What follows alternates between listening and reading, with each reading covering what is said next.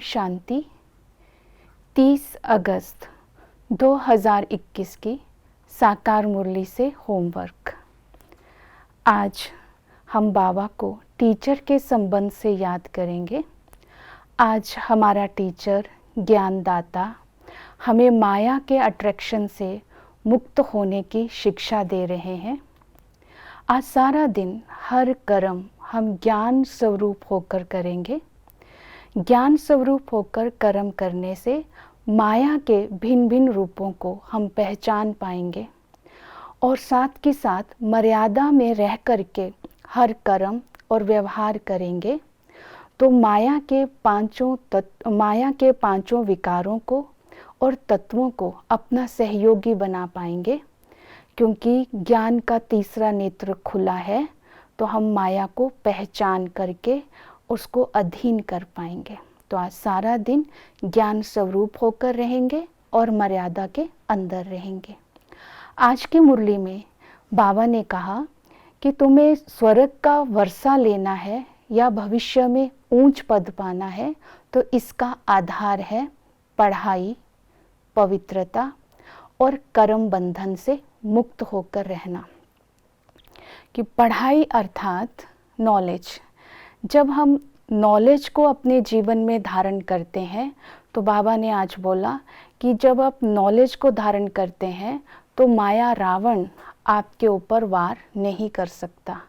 इसका अर्थ यही है कि नॉलेज हमें समझ देती है।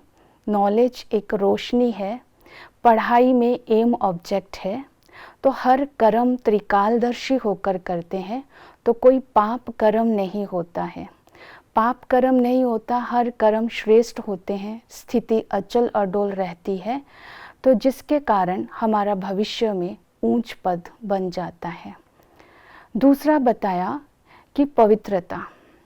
पवित्रता का अर्थ है निर्विकारी जीवन। इसका यादगार है विष्णु शेषनाग के ऊपर लेटे हैं और सागर के अंदर शेषनाग है। तो हम इस दुनिया रूपी सागर में रहते हुए 5 विकारों रूपी शेषनाग को जीतेंगे। इसके लिए 5 विकारों को जीतने के लिए, काम को जीतने के लिए अपने अंदर सबके प्रति शुभ भावना, शुभकामना रखनी है, आत्मिक दृष्टि रखनी है। क्रोध को जीतने के लिए रहम दिल बनना है, क्योंकि कोई दुखी होता है तभी क्रोध करता है।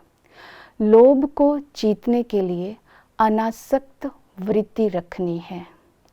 मोह को जीतने के लिए निमित्त भाव रखना है। निमित्त भाव के साथ साथ अपने को मेहमान भी समझना है।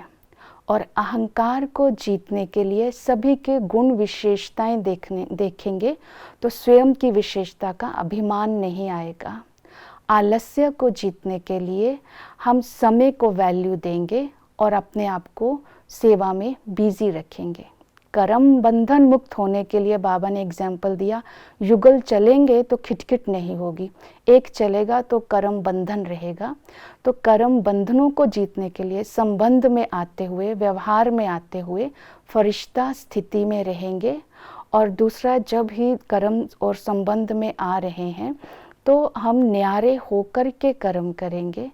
अपनापन नहीं होगा। बाबा का सेवा कर रहे हैं, बाबा के बच्चों की सेवा कर रहे हैं तो बंधन नहीं बनेगा।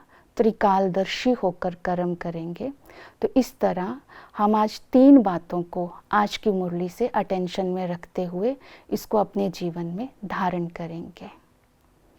ओम शांति।